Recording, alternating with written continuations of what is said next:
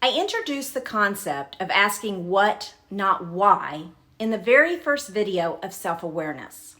In this video, we're going to unpack exactly what that means.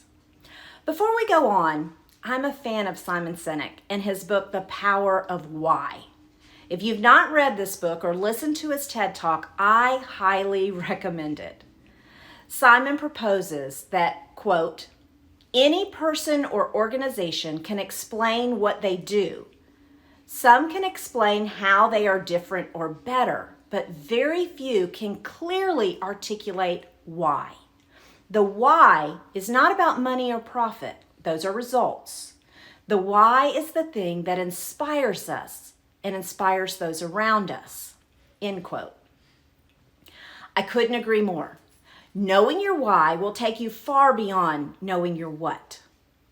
Once you have identified your why, your purpose, what is a far better question to ask. What questions help us gain a better insight into our problems in most situations? You can also use it to help better understand and manage your emotions. 17th century philosopher Benedict de Spinoza observed that an emotion which is passion ceases to be a passion as soon as we form a clear and distinct idea. The emotion becomes more under our control and the mind is less passive in respect to it. Now, according to Tasha Eurich, author of the book Insight, asking what instead of why forces you to name your emotions, a process that research has shown to be effective.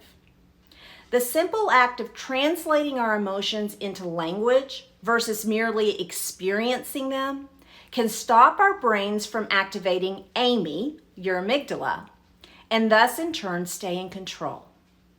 Why questions draw our limitations, while what questions help us to see our potential. Why questions stir up negative, what questions keep us curious. Why traps us in the past, and what helps us create a better future. When you are asking why questions, you are opening Pandora's box. It invites you to judge yourself, condemn yourself, and often triggers a downward spiral. It creates a negative emotion in you and causes judgment before you can even begin to explore the real reason behind the emotion. Why questions throw fuel on the fire of stress and worry. Things can go in a million different directions, and the more time you spend worrying about the possibilities, the less time you'll spend focusing on taking action that will calm you down and keep your stress under control. When you ask yourself why, your response would probably have something to do with your past. When you ask what, your answers become more future-oriented. Transforming your why question into a what question can help you uncover what's truly going on. By asking what, you're searching for a specific answer rather than being vague. When you focus on what, you're getting to the heart of the matter. It still addresses why you want to know, but it brings clarity to the issue at hand. And it makes it personal by asking what the challenge is specifically. Look at the worksheet titled What versus Why Questions. Keep this worksheet handy and add your own why questions, then take time to identify ways to transform those questions into what questions.